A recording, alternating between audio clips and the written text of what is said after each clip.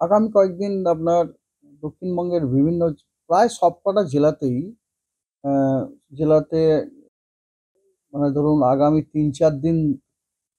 প্রত্যেকটা সবকটা জেলারই দু এক জায়গাতে আইসোলেটেড ভাবে কোথাও কোথাও হেভি রেনফল, কোথাও কোথাও heavy heavy two very heavy rainfall, কোথাও কোথাও এমনকি এক্সট্রিমলি হেভি রেনফল হওয়ারও সম্ভাবনা আছে। তার কারণ হচ্ছে যে গতকাল আপনাদের মিডিয়া ব্রিফিং এর সময় আমি জানিয়েছিলাম যে একটি চক্রবাত ঘূর্ণাবর্ত আপার এয়ারে দেখা গেছে এবং গতকালই রাত্রিবেলাতে ওই চক্রবাত ঘূর্ণাবর্তটির প্রভাবে একটি নিম্নচাপ অঞ্চল তৈরি হয়েছিল আপনার বলে নর্থ ওয়েস্ট বে অফ বেঙ্গল এবং সাউথ ওয়েস্ট বাংলাদেশ কোস্টের সংলগ্ন। এখন ওই লো প্রেসার এরিয়াটি আপনার ওয়েস্ট নর্থ ওয়েস্ট ওয়ার্ডস ডাইরেকশনে মুভ করে এখন ওটা ইন্টেন্সিফাই হয়ে গেছে, একটা ওয়েল মার্ক লো প্রেসার সুস্পষ্ট নিম্নচাপ ক্ষেত্রতে পরিণত হয়েছে এবং বর্তমানে ওটি নর্থ ইস্ট উত্তর পূর্ব বঙ্গোপসাগর এবং তার সংলগ্ন দক্ষিণ পূর্ব বাংলাদেশের তটরেখাতে অবস্থান করছে এবং আহ, এবং খুব সম্ভবত এটি ফার্দার আপনার নর্থ ওয়েস্ট ডাইরেকশনে মুভ করবে এবং আরো শক্তি বৃদ্ধি করে ওটি একটি ডিপ্রেশনে পরিণত হবে এবং ডিপ্রেশনে পরিণত হবে কোথায় না কোস্ট, এবং সেটা লাই করবে আগামীকাল কোস্টাল ওয়েস্ট বেঙ্গল কোস্ট এবং তার লাগোয়া উত্তর পশ্চিম বঙ্গোপসাগরে কালকে। এবং এই হচ্ছে, এবং তার ফলে আমরা দক্ষিণবঙ্গের বিভিন্ন জেলাতে প্রায় সবকটি জেলাতেই আপনি আর বলতে পারেন আহ, জেলাতেই আপনার heavy two very heavy rainfall, কোথাও কোথাও এক্সট্রিম হেভি রেনফলের সম্ভাবনা আছে। তো মোটামুটি হালকা থেকে মাঝারি বৃষ্টিপাত অ্যালং উইথ বজ্রবিদ্যুৎ, এটা 13, 14, 15 এই 3 দিনই, মানে আজকে 1টা থেকে শুরু করে 15 তারিখ, 16 তারিখ সকাল 8:30 পর্যন্ত আর কি। ঠিক আছে, দক্ষিণবঙ্গের সবকটা জেলাতেই বেশিরভাগ স্থানে আপনার হালকা থেকে মাঝারি বৃষ্টিপাত উইথ থান্ডার হওয়ার যথেষ্ট সম্ভাবনা আছে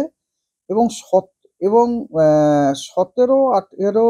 এবং 16 তারিখে, 16 তারিখ মানে আমি বলতে চাইছি 16 তারিখ 8:30 থেকে 17 তারিখ 8:30 পর্যন্ত, ওই সময় দক্ষিণবঙ্গের সব জেলাগুলিতেই অনেক জায়গাতে হালকা থেকে মাঝারি বৃষ্টিপাতের সম্ভাবনা আছে এবং বিক্ষিপ্তভাবে তার পরের 3 দিন দক্ষিণবঙ্গের জেলাগুলিতে হালকা থেকে মাঝারি বৃষ্টিপাতের সম্ভাবনা আছে এবং তার সাথে সাথে আপনার ভারী থেকে অতি ভারী বৃষ্টি, তার সাথে বজ্রবিদ্যুৎ। 13 তারিখে আমরা দক্ষিণবঙ্গের বেশ কিছু জেলায় দু এক জায়গাতে বিক্ষিপ্তভাবে হওয়ার সম্ভাবনা আছে, যেগুলি হচ্ছে কলকাতা, হাওড়া, হুগলি, 2 চব্বিশ পরগনা, এবং হেভি রেনফল এবং ভারী বৃষ্টিপাত এবং তার সাথে বজ্রবিদ্যুৎ, সেগুলি দক্ষিণবঙ্গের বাকি সব জেলাগুলিতে বিক্ষিপ্তভাবে দু এক জায়গাতে হওয়ার সম্ভাবনা আছে। আর এটা হচ্ছে 13 তারিখে এবং এবং 14 তারিখে, 14 তারিখ বলতে আমি বলছি 14 তারিখ 8:30 থেকে 15 তারিখ 8:30 পর্যন্ত ভারী থেকে অতি ভারী বৃষ্টি, তার সাথে বজ্রবিদ্যুৎ, এগুলি আপনার দুই মেদিনীপুর, তার সাথে